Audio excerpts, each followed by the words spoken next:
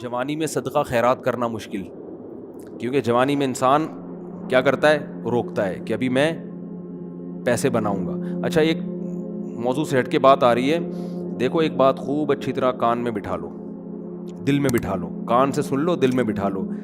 عام طور پہ جب ہم لوگوں کو صدقات و خیرات کی ترغیب دیتے ہیں تو لوگ کہتے ہیں پہلے ہمارے موٹے موٹے ضروری کام نمٹ جائیں، کچھ چیزیں ہیں، اس کے بعد انشاءاللہ ہم کیا کریں گے، پیسے جو بچ جائیں گے تو پھر ہم انشاءاللہ کسی اچھے کوئی مدرسہ بنا لیں گے، کوئی اسپتال بنا لیں گے، اچھے کام کریں گے ہم۔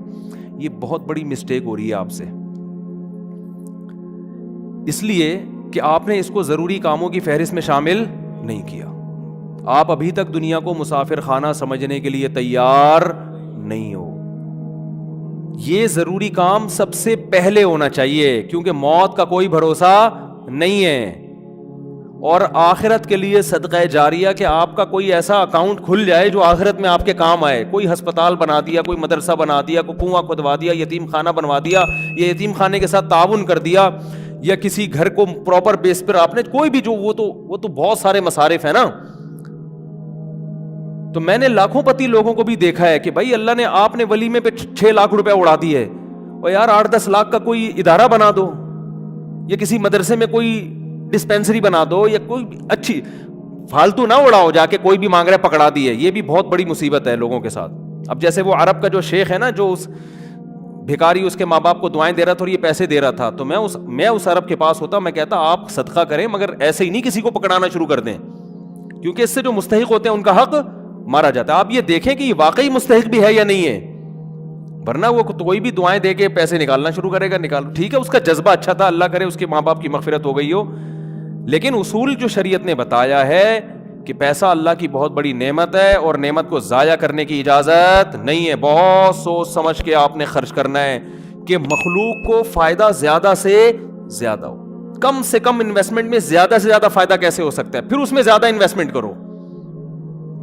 جیسے دنیا کے بزنس کا اصول ہے نا کہ انویسٹمنٹ کوشش ہو کم سے کم اور پروفٹ زیادہ سے زیادہ۔ ایسا تھوڑی کہ کوئی بھی کاروبار کے لیے 1 کروڑ مانگ رہا ہے، آپ نے کہا پکڑا دیا، چل دیکھا جائے گا کتنا پروفٹ آ رہا ہے۔ تو بھائی جو دنیا کی تجارت کا اصول ہے وہی اصول آخرت کا۔ تو آخرت کا اصول یہ ہے کہ جو 2 چیزیں اس میں فوکس کرنی ہے، انسانیت کی خدمت زیادہ سے زیادہ کس کام میں ہے۔ بعض کام ایسے انسانیت کی خدمت بہت ہے مگر ان کے اثرات زیادہ عرصے نہیں رہتے، پھر بھی یہ کام کرنا ہے، کیونکہ اس میں خدمت کیا ہے، جیسے بھوکے کو کھانا کھلانا۔ اب ایک آدمی کے پاس کھانے کے پیسے نہیں، علاج کے پیسے نہیں، وہ تو مر جائے گا بیچارہ، بھوک کی تکلیف کون برداشت کر سکتا ہے۔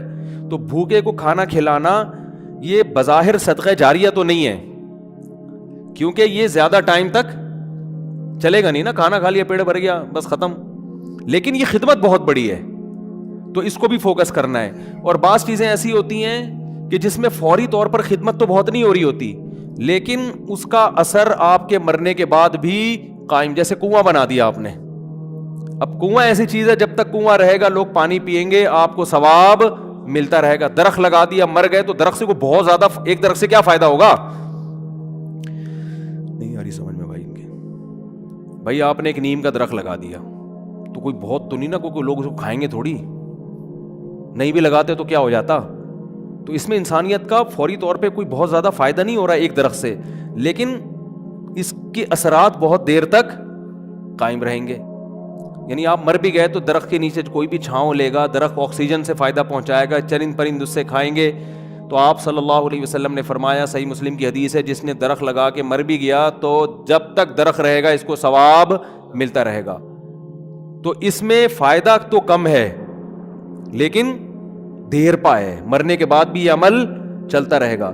تو ان 2 قسم کی چیزوں کو فوکس کرنا ہے۔ اور کچھ چیزیں ایسی ہیں جس میں جسمانی فائدے کے ساتھ دینی فائدہ بھی ہے، جیسے دینی مدارس کو سپورٹ کرنے کا فائدہ کیا ہوتا ہے، غریب طلبہ کو کھانا بھی ملتا ہے، علم بھی ملتا ہے، وہ عالم بن کے دنیا میں کام کرتے ہیں۔ تو صدقہ جاریہ بھی ہے، مرنے کے بعد وہ علماء جو کام کریں گے پھر آگے ان سے جو ہدایت پھیلے گی، پھر وہ لوگ آگے جو تبلیغ کریں گے، تو جب تک اسلام باقی رہے گا آپ کو ثواب ملتا رہے گا۔ لیکن اب یہ بھی نہیں کہ کسی بھی مدرسے میں اٹھا کے دے دو، سوچ سمجھ کے کون کام کر رہے ہیں، کون ویژنری لوگ ہیں، کون، بہت اس میں پھینکنا نہیں ہے میرے بھائی۔ جیسے دنیا کی تجارت میں پیسہ پھینکا نہیں جاتا. بہت سوچ سمجھ کے کوئی بھی آپ کے پاس آئے, بولے 1 لاکھ روپے دو, میں پیسے کما کے آپ کو ہر مہینے 6,000 روپے دیا کروں گا, آپ پکڑا دو گے؟ ہیں انکوائری کرو گے بھائی 1 لاکھ کہاں, کون سا کاروبار آ گیا جس میں 1 لاکھ پہ آپ مجھے 10,000 دو گے یا 6,000 دو گے؟ وہ بتائے گا یہ ہے, اچھا مجھے دکان دکھاؤ چل کے. پھر جب آپ کو دکان دکھائے گا تو آپ کہو گے جب 1 لاکھ پہ آپ 6,000 کما سکتے ہو تو اپنے ہی لگا لو. ہیں کیا خیال ہے بھائی؟ میرے والد صاحب نے کہا تھا جو بھی آئے نا پیسے مانگنے اور کہے کہ اس انویسٹمنٹ میں اتنا پروفٹ ہے, اتنا پروفٹ ہے, آدھا تمہیں دوں گا آدھا خود رکھوں گا, تو اس سے پہلے پوچھو کہ تمہارے پاس کتنے پیسے ہیں. وہ بتائے اتنے, تو پھر پورے اپنے کیوں نہیں لگا لیتے, اس میں پورا پروفٹ خود رکھو. کیا خیال ہے بھائی؟ ہاں وہ غریب آدمی ہو تو ایک الگ بات ہے, اور اللہ کا شکر ہے مجھے اس کا فائدہ ہوا.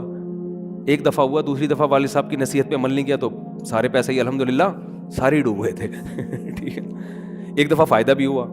ایک صاحب جو ایک بڑے پوش ایریا میں رہتے تھے, میں چونکہ اس ایریا کا نام لوں گا تو کہیں ایسا نہ ہو وہ سمجھ جائیں, لیکن قصہ پرانا ہو گیا وہ نہیں سمجھیں گے, پھر بھی احتیاط یہی ہے کہ نام نہ لیا جائے. مالدار علاقے کے تھے, مجھے کہنے لگے کہ میں یہ کاروبار کرنا چاہتا ہوں. اچھا اس ایسے ایریا میں رہتے تھے کہ مجھے پتا تھا اتنے پیسے تو ان کے پاس ہوں گے ورنہ اس ایریا میں رہ نہیں سکتا آدمی. اب ایک آدمی ڈیفینس, ایک مثال دے رہا ہوں ڈیفینس کی, ڈیفینس میں رہتا ہو اور کہ میری تنخواہ 10,000 روپے, تو آپ کہو گے بھائی 10,000 والا ڈیفینس میں نہ کرائے پہ رہ سکتا ہے, اور اپنا گھر ہو تو سوال ہی پیدا نہیں ہوتا, یہ کروڑوں کا تو نے گھر کیسے خرید لیا 3 کروڑ کا ہے بھائی. ہو سکتا ہے 4 کروڑ ہو. اسٹیٹ ایجنٹ والے مجھے پھر فون کریں گے آپ نے ڈیفینس کی ویلیو کیا کر دی ہے, بیان میں گرا دی ہے. تو میں مثال دے رہا ہوں, یا اب ہر بیان کو نا لوگ بڑے سینسٹیو بن کے لے رہے ہوتے ہیں کہ آپ نے ڈیفینس میں 3 کروڑ بول دی ہے, ہماری تو ویلیو. تو اب کیونکہ شہرت ہو گئی ہے نا تو ہر چیز کو بہت زیادہ لوگ سیریس ہو رہے ہیں. 25 کروڑ ٹھیک ہے نا, 25 کروڑ کا. اب اس سے پھر لوگ پریشان ہوں گے, یار ہم لے رہے تھے آپ نے قیمت بڑھا دی. تو بھائی یہ محض ایک مثال ہے, مجھے نہیں پتا ڈیفینس میں قیمتیں کیا چل رہی ہیں, تو کچھ بھی لگا لو قیمت. تو آپ نے کیا کیا, بات کیا چل رہی تھی, ہاں بندہ میرے پاس آیا, رہتا پوش ایریا میں, مالدار علاقے میں, مجھے کہنے لگا آپ مجھے پیسے دو, میں یہ چیز خرید کے بیچوں گا, آدھا پروفٹ آپ کا آدھا میرا. تو مجھے ابا کی بات یاد آ گئی. میں نے کہا جو اتنے انویسٹمنٹ آپ مجھ سے کروا رہے ہو تو یہ چیز آپ خود خرید کے بیچ دو پورے پیسوں کی, پورا پروفٹ آپ کا, مجھے آدھا کیوں دے رہے ہو؟ انویسٹمنٹ جو مجھ سے کروا رہا ہے اور آدھا پروفٹ دے رہا ہے, اس کا مطلب وہ رسک لینے کے لیے تیار نہیں ہے. بولے ڈوبیں تو اس کے ڈوبیں, اس کا مطلب آپ کو خود پتا ہے کہ یقینی پروفٹ نہیں ہے. سمجھتے ہو کہ نہیں سمجھتے؟ تو کسی کو پیسے دینے سے پہلے جیسے انکوائری کرتے ہو نا, صدقہ خیرات سے پہلے بھی ایسے انکوائری کیا کرو, کیونکہ آپ کے پاس لامحدود رقم نہیں ہے. غیر مستحق کو دینے کا سب سے بڑا نقصان یہ ہے کہ مستحق لوگ رہ جاتے ہیں. لوگ کہتے ہیں کسی غیر مستحق کو چلا گیا تو کیا ہے, او بھائی پھر اتنے پھر مستحقین رہ جائیں گے اس سے, اور ثواب کمانا ہے نا تو ثواب تو جب ہی ملے گا جب آپ کا پیسہ صحیح جگہ پہ جائے گا. جو غیر مستحق ہو اس کو ہدیہ دے دیا کرو بھائی دوستی یاری میں, کہ چل یار گفٹ ہے. بات آ رہی ہے سمجھ میں؟ تو یہ میں اہم پوائنٹ کی بات بتا رہا ہوں کہ 2 جگہ خرچ کرنا ہے, ضرورت اور دوسرا جس کا اثر دیر پاؤ. تو صدقہ جاریہ بھی اچھی چیز ہے, اور انسانیت کی ضرورت پوری کرنا. آپ کہہ سکتے ہیں یار ایک بھوکے کو کھانا کھلا دیا, پیٹ بھر گیا, تو وہ تو بس ایک ثواب مخصوص مل گیا, تو اب تو ختم نا. صدقہ جاریہ تو قیامت تک رہتا ہے. یہ اس لیے بتا رہا ہوں کہ ہم بعض دفعہ لوگوں کو بتاتے ہیں کہ یار یہ دیکھو یہ غریب ہے, اس کو بیوہ ہے, اس کے گھر میں راشن ڈال دو. کہہ رہے ہیں نہیں ہم تو صدقہ جاریہ چاہتے ہیں. تو یاد رکھو صدقہ جاریہ کے اپنے فضائل ہیں کہ وہ چلتا رہے گا آپ کا, لیکن بھوکے کو کھانا کھلانے کے, اس کی ضرورت پوری کرنے کے اپنے, وہ ثواب تھوڑا ہے لیکن وزنی بہت ہے. وزنی کیسے؟ حدیث میں آتا ہے قیامت کے دن اللہ اعلان کریں گے, جب میدان حشر ہوگا نا, بہت سختی کا دن ہوگا, تو اللہ اعلان کریں گے کہاں ہیں وہ لوگ کہ جب میں بھوکا تھا تو انہوں نے مجھے کھانا کھلایا, میں پیاسا تھا تو انہوں نے مجھے پانی پلایا, آج ان بھوکوں کو میں کھلاؤں گا کیونکہ انہوں نے مجھے کھلایا تھا. جیسے ہوتا ہے نا, آپ کو بھوک لگ رہی تھی, کسی نے آپ کا اکرام کیا, تو اب آپ کو کہیں وہ بھوکا نظر آئے تو آپ سب سے پہلے اس کو کھلاؤ گے نا. یار میں ٹی وی میں آ رہا ہوں کیا ہیں, تھک گئے ہیں تو بیان ختم کر دیتا ہوں, بس ویسے ہی بھی ختم ہونے والا ہے. دیکھو غیرت مند انسان کیا کرتا ہے, آپ بھوکے تھے, اور آسان مثال, آپ کی گاڑی میں پیٹرول ختم ہو گیا, آپ نے پیٹرول پمپ والے سے کہا یار تھوڑا سا ڈال دو, پیسے بعد میں دے دوں گا میں آپ کو, ابھی جیب میں ہے نہیں. اس نے کہا چل یار ڈال دیا پیٹرول. میں اپنے پیسوں سے ڈال رہا ہوں, جاؤ یار.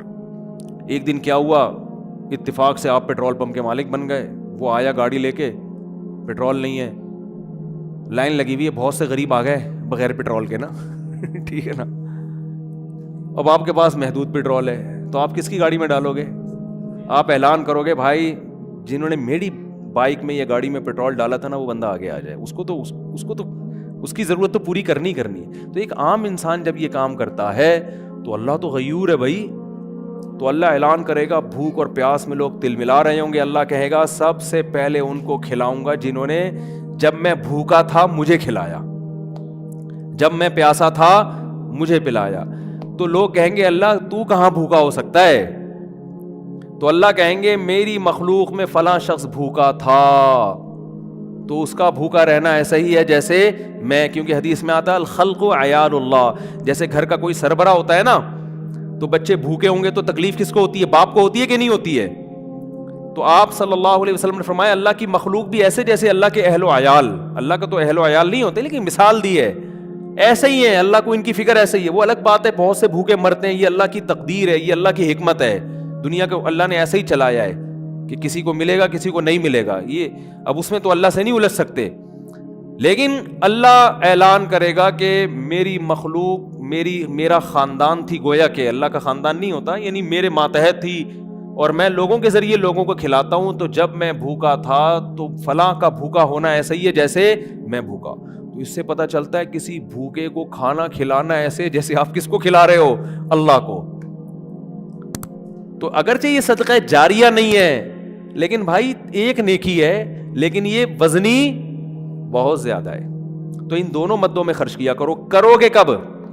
لوگ کہتے ہیں اچھا ٹھیک ہے, وہ ایک دو کو تو کھلا دیتے ہیں, جو بڑا اماؤنٹ جو ہے نا جیسے اپنی شادی بیاہ پہ خرچ کرتے ہیں, گاڑیوں پہ خرچ کرتے ہیں, مکان پہ خرچ کرتے ہیں, اس ٹائپ کا اماؤنٹ اللہ کے لیے خرچ, اللہ کے لیے بس وائپر والے کو 20 روپے.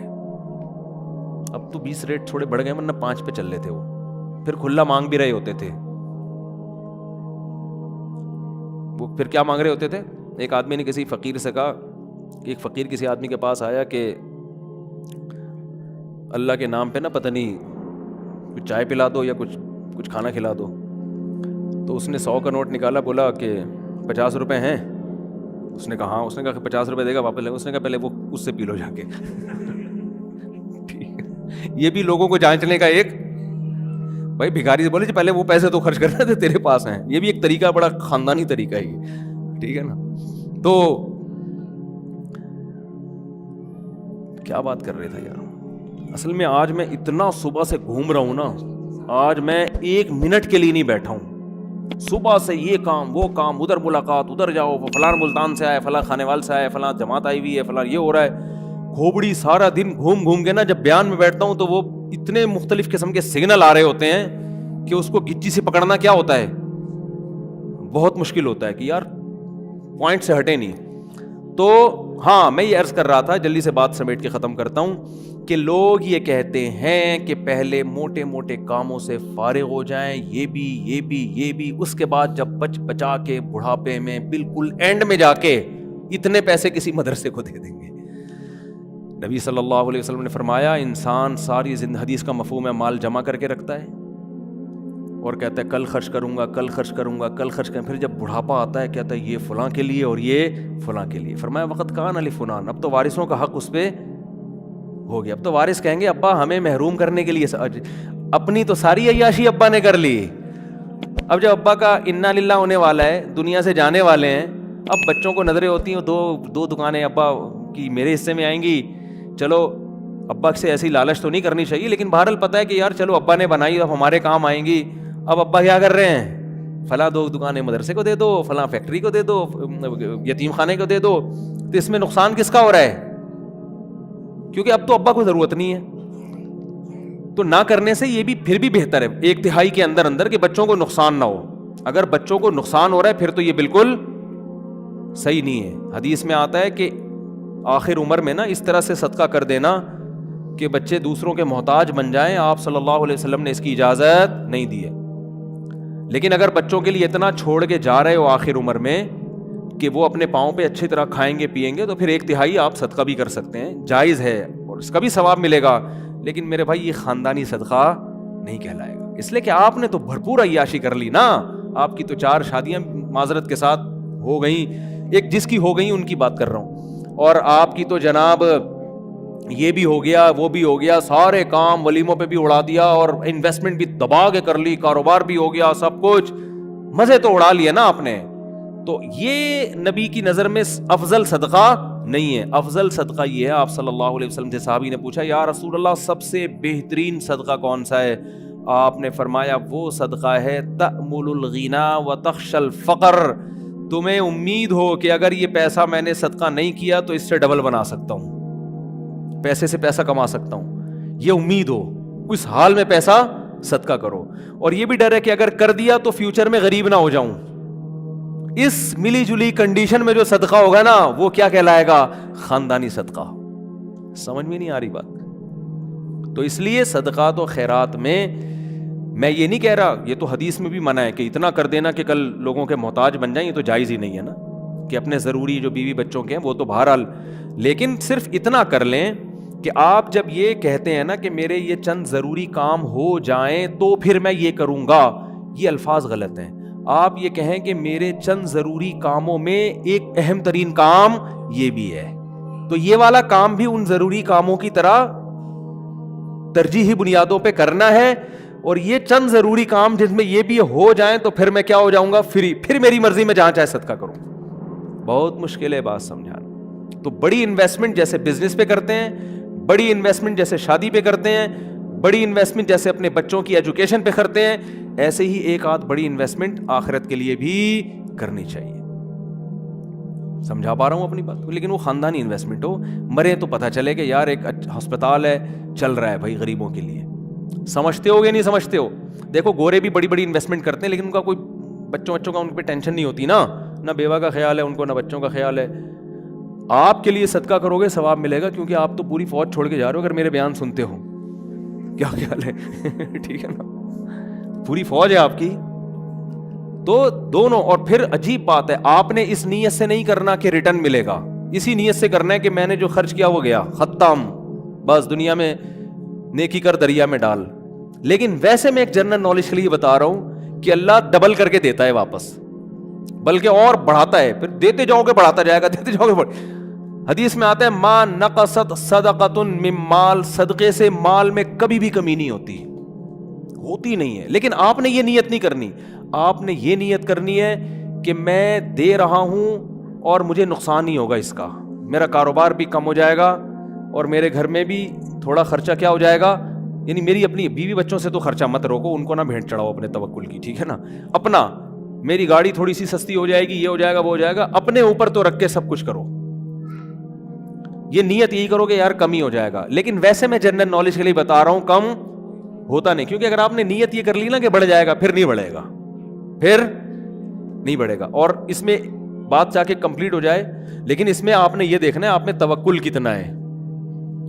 صحیح ہے نا. کل آزمائش آئی تو ایسا نا یار مفتی صاحب کا بیان ہی گلے پڑ گیا یار، تو کوئی بات نہیں، پہلے یہ والے بھی کر لو پھر کر لو، تو خاندانی نہ ہو، غیر خاندانی صدقہ بھی ہو تو چلو صدقہ تو ہو گیا نا. تو خاندانی صدقے کے لیے تھوڑی سی کھوپڑی بھی خاندانی ہونی چاہیے، تو یہ ظرف بھی ہونا چاہیے اسی حساب سے، تو اپنی حیثیت دیکھ کے. لیکن میرا مقصد صرف یہ ہے کہ یار کچھ تو انویسٹمنٹ آخرت کے لیے بھی جوانی میں جب آپ کو ضرورت ہے، بڑھاپے کے لیے نہ رکھو. بڑھاپے میں اللہ اور توفیق دے دے گا. اور صدقہ ایسی چیز ہے جس کو ایک دفعہ عادت پڑتی ہے نا پھر ہاتھ رکتا نہیں ہے اس کا.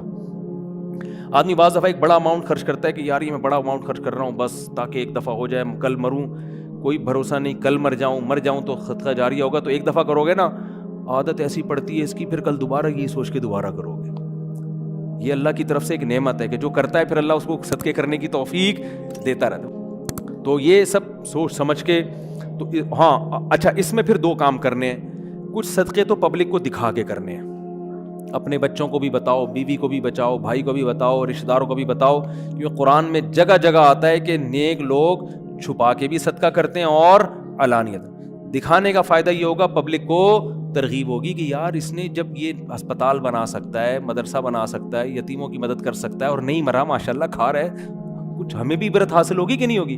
بچوں کو جب بتاؤ گے تو بچے کہیں گے یار میرے باپ نے اتنا کچھ کیا. جب وہ باپ بنیں گے تو ان کا بھی دل چاہے گا تبھی میں لوگوں سے کہتا ہوں اپنی بہنوں پہ خرچ کیا کرو لفافے میں, اور بچے کو بتاؤ دیکھو میں نے پھپھو کو تمہاری اتنے پیسے دیے, شو مارنے کے لیے نہیں, تاکہ وہ بھی آپ کی بہنوں آپ کی بیٹیوں پہ, جب آپ اپنی بہنوں پہ اپنی اولاد کے سامنے خرچ کرو گے تو آپ کا بیٹے کو خیال ہوگا کہ یار مجھے بھی جب میری ارننگ آئے گی تو مجھے بھی اپنی بہنوں کا خیال کرنا ہے. ہماری یہ پرمپرا ہے, ہمارے خاندان میں مرد عورتوں کا خیال کرتے ہیں. آپ کیا کرتے ہو, کبھی ایک دھیلا بچے نے نہیں دیکھا کہ آپ کی جیب سے اس کی پھپھو کے لیے نکل رہا ہو, ٹھیک ہے نا. نصیحتیں آپ کی صبح شام ماشاءاللہ ہول سیل کے حساب سے چلتی رہتی. بچے کو سمجھاتے رہتے ہو غریبوں کا خیال کیا کرو, بوڑھے ماں باپ کا خیال کیا کرو. بچے کو پتا ہے فری پھوکٹ کی نصیحتوں کے علاوہ ابا کے پاس کوئی کام نہیں ہے. فری پھوکٹ کی نصیحت, جب آئیں گے گھر میں ٹارزن بن کے, کہتے تو نہیں ہے لیکن دل میں یہی ہوتا ہے, یہ کر لو, یوں نماز کیوں نہیں پڑھتا, یہ کیوں نہیں کرتا, یوں کیوں نہیں, ویڈیو گیم کھیلتا رہتا, پٹاخ تھپڑ لگایا, یہ کر رہا ہے وہ کر رہا ہے.